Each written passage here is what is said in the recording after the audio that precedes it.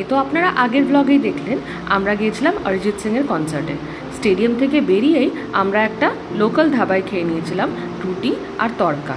হোটেলে ফিরে এসে অর্ডার করলাম দুটো আইসক্রিম। খড়গপুর ফেরার ট্রেন ছিল ভোর 6টায়, তাই হোটেল থেকে চেক আউট আমরা সকাল 5টাতেই করে গিয়েছিলাম। পৌঁছে গেছি কটক স্টেশন। ইন্ট্রোডাকশনটাই তো দেওয়া হয়নি। নমস্কার বন্ধুরা, আমি নিষ্ঠা। আমার আর বিশালের রিসেন্টলি বিয়ে হয়েছে, তাই বিয়ের পর সংসারের খুঁটিনাটি, ভালো মন্দ, ঘুরতে যাওয়া, খাওয়া দাওয়া সবটাই তুলে ধরবো আপনাদের সামনে। আমরা চেপে গেছি, ট্রেন ছেড়েও দিয়েছে কটক স্টেশন। কটক শহর তুমি খুব সুন্দর, খুব সুন্দর স্মৃতি আমাদের দিলে বিয়ের পরে। আর এটি আমরা পেরোচ্ছি মহানদী, কিন্তু ওখানকার লোকাল লোকজন নদীটার একটা অন্য নাম বলছিলেন। আমার এই মুহূর্তে মনে পড়ছে না, আপনারা জানলে প্লিজ কমেন্ট করুন। প্রতিবেশী রাজ্যটিকে ছাড়ার আগে একবার জগন্নাথ দেবকে স্মরণ করে নিই। জয় জগন্নাথ। নেমে গেছি আমরা খড়গপুর স্টেশনে। বাজে বেলা 12টা। ট্রেন পৌঁছানোর সময় ছিল সকাল 10:30। যাই হোক, এত যখন দেরি হয়েই গেছে, এবার ধরি বাড়ির পথ। স্টেশন থেকে বাড়ি খুবই কাছে, তাই একটা টোটো করে নিলাম, চললাম বাড়ির উদ্দেশ্যে। ফ্ল্যাটটা দোতলায় হওয়ার কারণে আমরা চেষ্টা করি সিঁড়ি দিয়ে ওঠানামা করার, কিন্তু মাথার ওপরে সূর্য আর অসম্ভব খিদের চোটে আমরা চেপে পড়েছি লিফটে। যত বয়স বাড়ছে, নিজের বাড়িতে আসার শান্তি আর মর্ম দুটোই বুঝতে পারছি। চলুন, ঢুকে গেছি বাড়িতে। এবার একটু ফ্রেশ হয়ে ঠাকুর ঘরে ঢুকি। স্নান সেরে ঢুকেছি ঠাকুর ঘরে। জল বাতাসা দিয়ে গেছিলাম, কিন্তু ফুল সব সরিয়ে দিয়েছিলাম। গরমকাল পড়ে গিয়েছে, তাই পচে গিয়ে বিচ্ছিরি গন্ধ বেরোতো। দুপুরের ভাত খেয়েই দুজনে দিয়েছিলাম একটা লম্বা ঘুম। উঠে দেখি সন্ধে হয়ে গেছে। কিছু বানাতে আর ইচ্ছে করছিল না, তাই অর্ডার করে নিয়েছিলাম চিলি চিকেন আর চাউমিন। ঘুরতে গিয়ে ফিরে এসে বাড়িতে এটা আমাদের প্রথম সকাল। ঘুম থেকে উঠে ফ্রেশ হয়ে চেষ্টা করি বারান্দাটাতে একবার হলেও আসার। কি সুন্দর লাগছে দেখুন, ঝকঝকে পরিষ্কার আকাশ। তো আর বারান্দায় দাঁড়ালে হবে না, লেগে পড়তে হবে কাজে। আমার হাউস হেল্প শ্যামা, ওর হয়ে গেছে কাপড় কাচা, বাসন ধোয়া, তাই ওকে একটু চাপ করে দিই। কাপড়গুলো উল্টানোর জন্য বারান্দায় একবার এসছি। কি অপূর্ব সুন্দর লাগছে দেখুন, নতুন পাতাগুলো এসেছে গাছে। এবার নিজেরও খিদে পেয়ে গেছে, তাই বানিয়ে নিচ্ছি একটু চা আর সেঁকে নিচ্ছি কটা পাউরুটি। আকাশ, গাছ, গাছে নতুন পাতা সবটা মিলিয়ে এত সুন্দর লাগছিল যে ভাবলাম প্রকৃতি যখন এত সুন্দর কোম্পানি দিচ্ছে, তখন বাড়িতে বসে জলখাবার খেয়ে আর কাজ নেই, বসে একটু বারান্দাটাতে। তো আর বসে বসে জাবর কাটলে হবে না, বসতে হবে অফিসে। টাইম হয়ে গেছে অফিসের। হয়ে গেছে প্রায় ঘন্টাখানেক কাজ। আজকে আছে একটু তাড়া, তাই তাড়াতাড়ি কাজ সেরে জামা কাপড়গুলো তুলে নিলাম। ব্যাস, আজকের মতন ছুটি। কিন্তু বেরোনোর আগে আছে কটা জরুরি কাজ। সকালের কাজ সেরেই শ্যামা আমায় জানিয়ে গেছে কাপড় কাচার আর বাসন ধোয়ার সাবান শেষ হয়ে গেছে, তাই কিছু কিছু জিনিস আজকে রিফিল করতেই হবে। ছোটবেলা থেকেই মাকে দেখেছি যে কোনো জিনিসই রিফিল করে আবারও একটু জিনিস বাকি রেখে দেওয়া। আমিও তাই করলাম।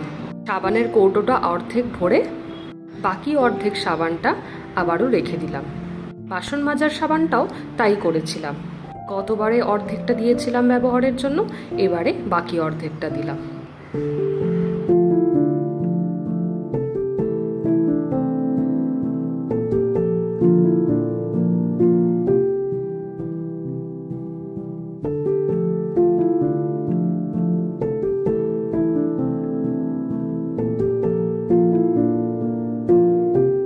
সকাল থেকে জল খেয়ে বোতলগুলোও সব হয়ে গেছে খালি, তাই জলটা ভরে নিই বোতলে, তারপরে যাই ঠাকুর ঘরে।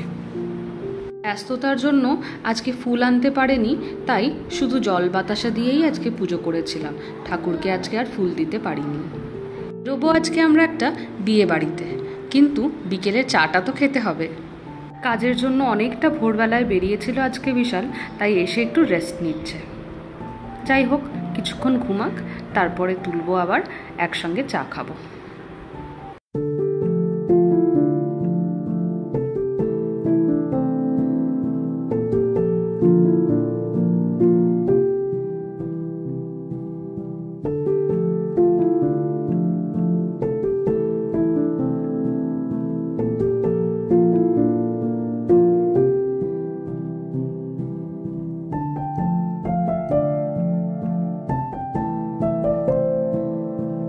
পাখিরাও ধরেছে ঘরে ফেরার গান। আমিও এবার ভেতরে ঢুকি। দরজা জানলা খুলে রাখলে এবারে মশায় রাত্রেবেলায় আমাদের তুলে নিয়ে চলে যাবে, তাই দরজাটা বন্ধ করি আর সন্ধেটা দিই। এবারে আজকে আমাদের বেলদায় যেতে হবে অনেকটা দূরে, কিন্তু গিফট নিতে গিয়ে হয়ে গেল আরও দেরি। আবার মাঝে রেলগেটটাও পড়ে গিয়েছিল। যাই হোক, একটু দেরি করে হলেও পৌঁছে গেছি আমরা বিয়েবাড়ি। এই যে রকমারি starter, veg pakora, chicken pakora, আর রয়েছে চা, কফি, ফুচকা। কনের সঙ্গে দেখা করে চলে এসেছি আমরা খেতে। খুব সুন্দর অ্যারেঞ্জমেন্ট, আর তার থেকেও সুন্দর ছিল মেনু আর খাবার। কাঁসার থালায় আমাদের সার্ভ করা হয়েছিল। কি অপূর্ব সুন্দর লাগছে। খাওয়া শেষে দুজন আইসক্রিম হাতে বেরিয়ে পড়েছি। বিয়েবাড়িটা ছিল অনেক দূরে আর আসাও স্কুটিতে, তাই আমি ভেবেছিলাম চুড়িদার পরব, কিন্তু বিশালী বলল শাড়িটা পরতে। ভালোই লাগছে বলুন। আমাদের খাওয়া হয়ে গেছে, তখন বরযাত্রী সব ঢুকছে, তাই সবাই চলে গেছিল বরণ করতে।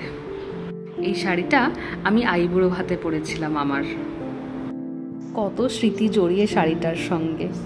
এখনও যে কোনো বিয়েবাড়িতে এলে নিজের ওই বিশেষ দিনটার কথা মনে পড়ে যায়। তাই অঙ্কিতাকেও বললাম, খুব ভালো করে মন দিয়ে সব ছবি তোলো। এই 2 দিনের জন্য এখন তুমিই সেলিব্রিটি।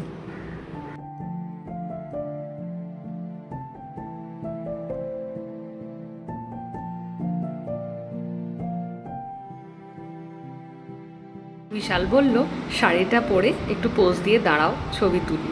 তাই আমিও রেডি হয়ে গেলাম পোজ দেওয়ার জন্য।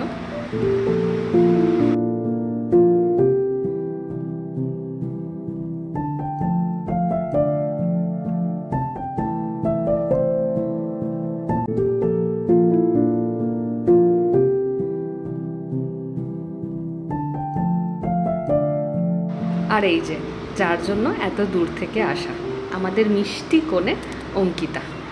আশীর্বাদ পর্ব শুরু হওয়ার আগে দেখা করে নিলাম বরমশাইয়ের সঙ্গেও। অনেকটা রাত হয়ে গেছে, বাড়িও ফিরতে হবে, তাই তাড়াতাড়ি ফটো তুলে আমরাও ধরে নিলাম বাড়ির পথ। সংসারের কাজ, গল্প, আড্ডা সব মিলিয়ে দিনটা খুব ভালোই কাটলো। আজকের ভ্লগটা এখানেই শেষ করছি। সবাই খুব ভালো থাকবেন। লাইক, শেয়ার, সাবস্ক্রাইব করুন। Thank you.